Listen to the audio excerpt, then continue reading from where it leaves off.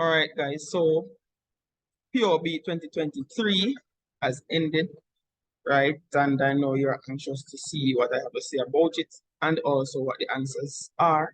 Yesterday, I did a review for accounts, right? If you have not seen it, go and check it out. I'll be dropping the answers this week, so stay tuned for that. For POB, right, I'll be dropping the answers this week as well. But this is the review video where I'll just be telling you what I think about the paper, right? So this is the paper right here, as you can see. This is question one. For those persons who may not know, you have 5 questions that you have to answer, right? And this is question one, the first question, right? My initial, thought when I saw the question is, this is good. It's manageable. The first question, in my opinion, when I just look at it, they ask you about conflict, sources of conflict as they arise in the organization. Then we talk about, and this is section 2, by the way, from the syllabus. Then we have, they're asking you to, part B of question 1 is asking you to describe strategies that employees will use, right, to gain the upper hand in a conflict, like work to rule, picketing, strike action, and these are all simple definitions, right? So moving on to part C of question 1, it really asks you to outline strategies that management can use to, resolve conflict in the organization. And then 1D is asking about legal or ethical principles that business owners should adopt when they're operating a business. And so that would complete question 1, which values 20 marks. This question is fairly easy, right? Fairly manageable. Let me not say easy. I don't like to use the word easy. Fairly manageable, right? A good POB student or an average POB student should be able to pass the question. A good POB student should be able to get at least 20 out of 20, right, in this question, right? So let's look at question 2 now. So question 2 is asking for you to define the term entrepreneur. And I mean, come on, right? This is like grade 10 stuff, right? So that should be easy. Characteristics of the entrepreneur, again, that's simple, right? It's very manageable, right? Then we move on to collateral, right? This is section 3, by the way, entrepreneur and collateral and all of these things. Collateral is a definition, is a term that you should know, right? If you have done section 3, right? 3 types of collateral, right? That's also fairly easy, like one word response because it says list, right? So that's very easy. Talking about now question 1D, question 2D is asking you to state 2 government regulation with which entrepreneur must comply when they are establishing their business, and you should, give an example of each. I think that this question is fairly simple, 4 marks, right? You don't have to write a whole lot, right? And then you have 2E, talking about explaining 2 ways in which entrepreneurs contribute to the economic development of the country. I mean, if you're going to study entrepreneurs, then this is definitely one of the things that you'll study. So this question is pretty much normal for an entrepreneur question. And so this is 20 marks. That ends section question 2.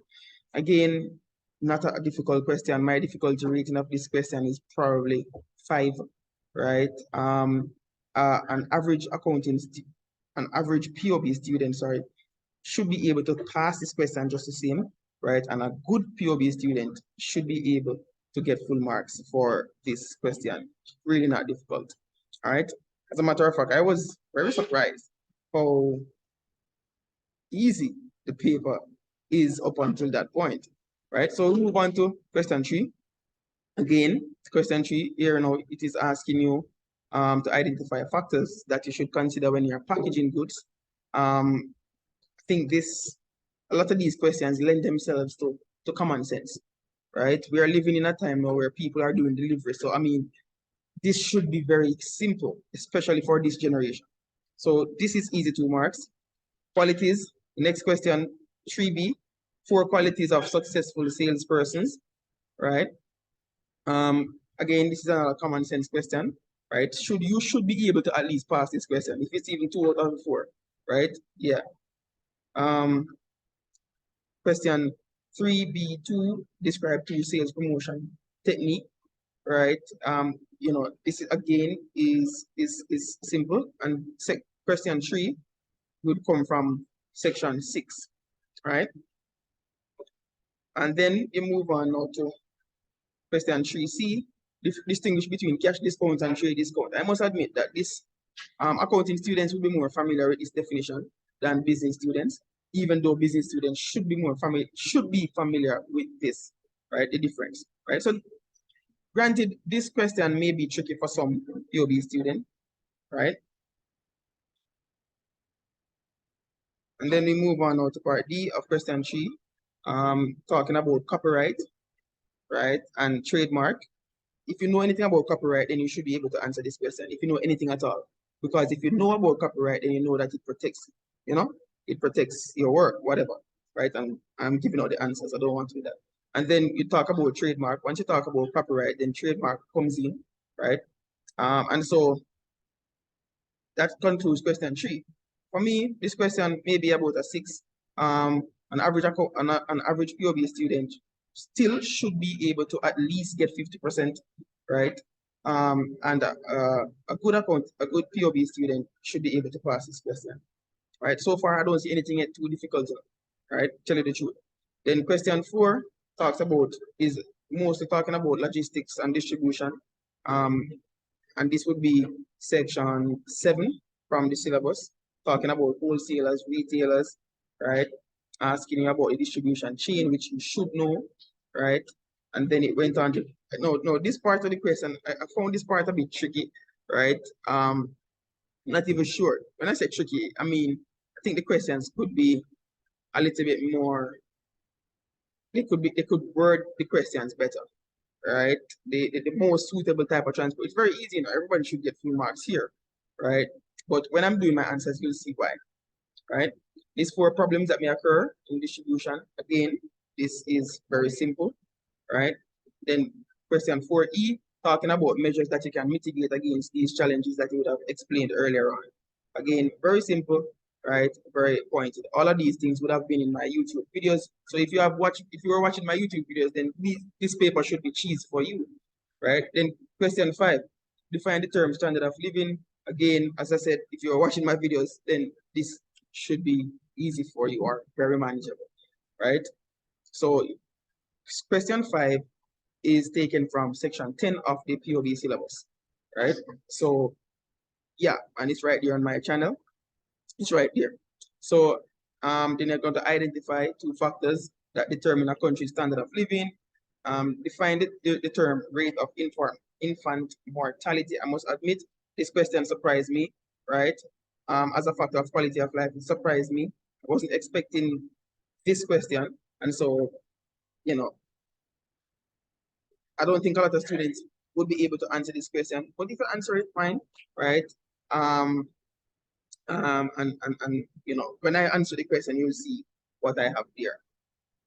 All right, and then we move into the last part of question 5, part B, right? We're asking you to describe GDP, GNP, per capita income. These are all measures of a country, national income, right?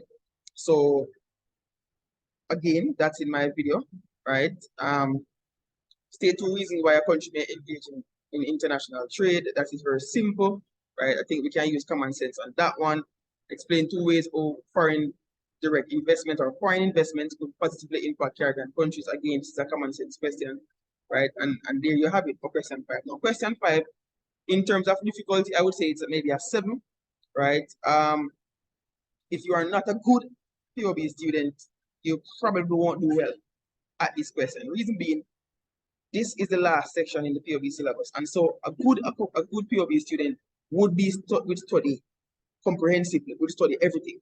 Now, a student who is not good in POB or not an average POB student may not go so far to study this far.